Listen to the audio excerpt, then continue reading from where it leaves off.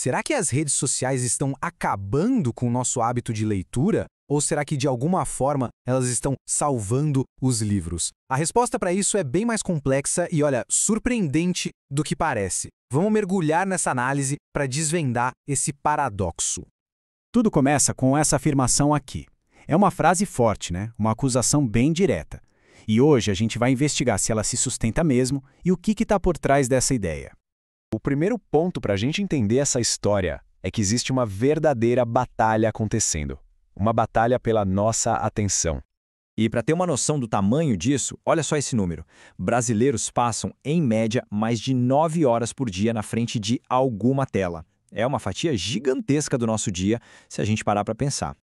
E o mais chocante é quando a gente compara com outra atividade essencial, o sono. Pois é, o tempo de tela já está superando o tempo que a gente passa dormindo. Isso mostra para onde a nossa atenção está sendo drenada. Então, não é nenhuma surpresa que as desculpas mais comuns para não ler sejam exatamente falta de tempo ou falta de paciência. É que esse tempo e essa paciência já foram totalmente consumidos em outro lugar. Mas é exatamente aqui que a coisa fica curiosa.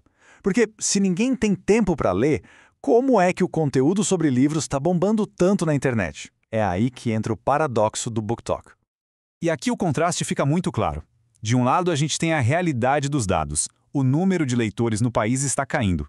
Pela primeira vez, temos mais gente que não lê do que gente que lê. Do outro lado, a gente vê o oposto na internet. As comunidades que falam de livros, as bookreads, não param de crescer. E a gente não está falando de um crescimento pequeno. A escala disso é astronômica. Só a hashtag BookTalkBrasil gerou mais de 6 bilhões de visualizações este ano. 6 bilhões. É um alcance gigantesco. O que nos leva à pergunta central, né? Com bilhões de visualizações, por que todo esse hype não está se transformando em mais gente lendo? A resposta é bem mais sutil do que parece. A chave para entender isso, segundo a análise, é o fenômeno da bolha. Em vez de funcionarem como uma porta de entrada para quem está de fora, essas comunidades acabam sendo uma câmara de eco, sabe? Elas intensificam o interesse de quem já é leitor. É como se fosse uma festa que, com o tempo, vai criando suas próprias piadas, seus próprios códigos. Quem olha de fora não entende e, em vez de se sentir convidado, acaba se sentindo um estranho, fica intimidado. E isso nos leva direto para a terceira parte da análise, a lógica de vender mais para menos gente, a economia que move essa bolha. A lógica do mercado nesse cenário é bem direta. Pensa assim, antes você tinha 10 leitores, o mercado encolheu, agora você só tem 5. A nova meta não é achar mais 5 leitores, é convencer esses 5 que já existem a comprar o dobro, o triplo de livros. É uma estratégia de intensificar o consumo, não de expandir a base de leitores. E é aqui que está o pulo do gato. As bookreads se tornam a ferramenta perfeita para isso. Elas não incentivam só a leitura. Elas criam uma necessidade de comprar, de ter, de colecionar para quem já faz parte daquele grupo. E as táticas para alimentar essa bolha a gente vê por todo lado. Edições de luxo com capa dura, livros com as bordas todas pintadas, boxes de colecionador super caros, sagas de fantasia que parecem não ter fim. São produtos feitos não só para serem lidos, mas para serem possuídos, exibidos.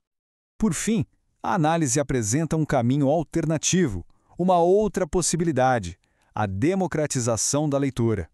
Então é como se a gente tivesse numa encruzilhada com 2 futuros possíveis. De um lado, o caminho da bolha, que foca em colecionar, em produtos de luxo, em exclusividade. Do outro, um caminho focado no acesso, em ler por ler, com edições de bolso, bibliotecas públicas, preços acessíveis. E o grande alerta é que essa estratégia da bolha pode até dar lucro agora, no curto prazo, mas no longo prazo, ela arrisca transformar a leitura num hobby de nicho, cada vez mais caro e distante da maioria das pessoas. E, ironicamente, isso pode encolher ainda mais o mercado.